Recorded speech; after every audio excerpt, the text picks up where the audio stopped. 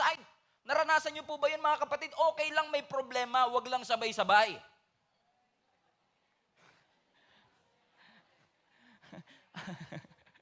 Alam niyo, mga kapatid, kung may sekretary lang sana, may sekretary ka lang, sasabihin mo, Lord, yung mga problema, magpa-appointment naman. Yung wag naman sabay-sabay. Pero ang realidad ng buhay, mga kapatid, hindi mo maikakalendaryo ang problema. Minsan bigla kang dadalawin yan ng walang sabi-sabi.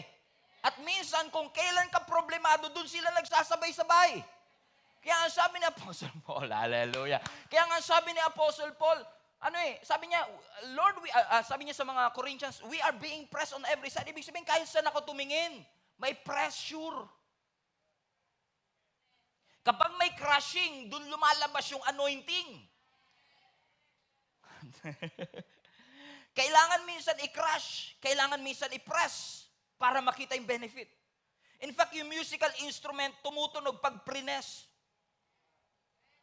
Yung ilaw bumubukas kapag prines. Kapag may pressure, may effect.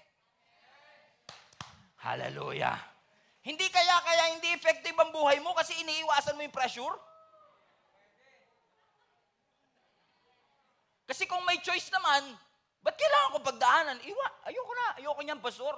Ang hirap kayong masaktan.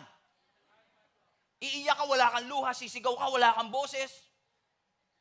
Pag tinatanong ka, kamusta ka na, okay naman ako. I'm strong.